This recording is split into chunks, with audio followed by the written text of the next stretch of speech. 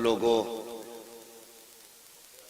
میرے نبی اللہ اکبر غوث پاک کی محفل میں بیٹھے ہو تو آج میرے غوث کی طرف سے یہ تحفہ سمجھ کے لے جاؤ، جب تک جئیں گے اپنے غریب رشتہ داروں کو نبھاتے رہیں گے۔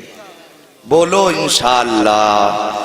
اپنے بھائیوں سے جو ناراضیاں ہیں انہیں ختم کریں گے، اپنی انا بھول کے مصطفیٰ کی رضا کے لیے انہیں معاف کریں گے انشاءاللہ۔ سارے بولو انشاءاللہ۔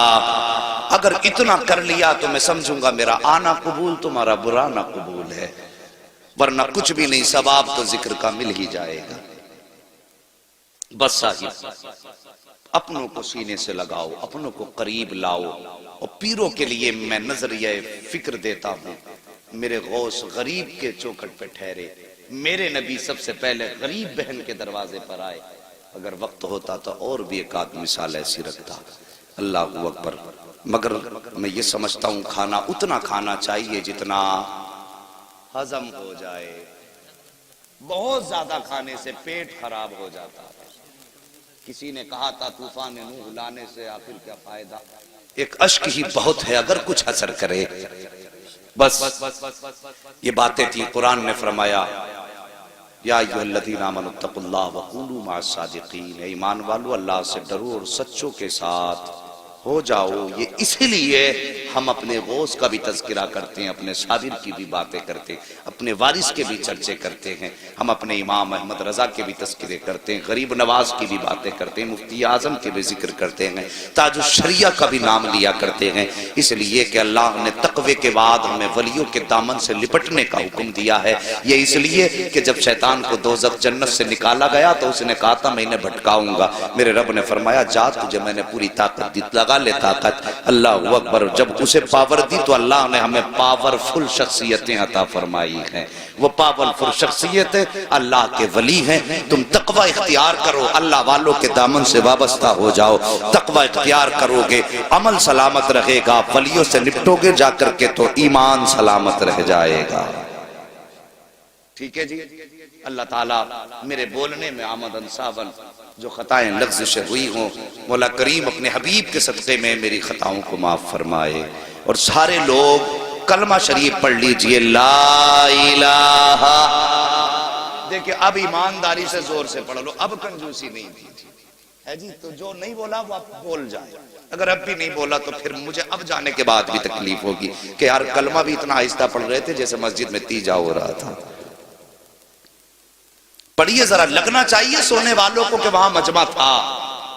اتنی زور سے کلمہ پڑھو، لا الہ الا اللہ محمد رسول اللہ۔ بچوں ہوئے اغلاط ان کو معاف فرمائے رب کائنات۔ زندگی نے دیا ساتھ تو پھر ہوگی ملاقات، چمن رہا تو پھول کھلیں گے، زندگی رہی تو پھر ملیں گے، مسافر ہیں ہم بھی مسافر ہو تم بھی، کسی موڑ پر پھر ملاقات ہوگی۔ فقیران آئے صدا کر چلے، صدا خوش رہو یہ دعا کر چلے۔ یہ خلیر کمیٹی زندہ باد، پائندہ باد۔ اللہ تعالیٰ ان بچوں کو آنے والے دور میں عظیم الشان کانفرنس کرنے کی توفیق عطا فرمائے، اور پوری امت مسلمہ کو ان کے شانے سے شانہ ملا کر چلنے کی توفیق عطا فرمائے۔ آپ جلد سے خوب کرائیے، لیکن مولوی کو بلا کے بس یہ کہنا کہ یار ہم نے فضیلتیں بہت سن لی، وہ باتیں بتا جا جو ہمارے اندر کمیاں ہوں، ہمیں ہمارا آئینہ دکھا جا، تاکہ آپ کے جلسے کا بھی کچھ فائدہ ہو جائے۔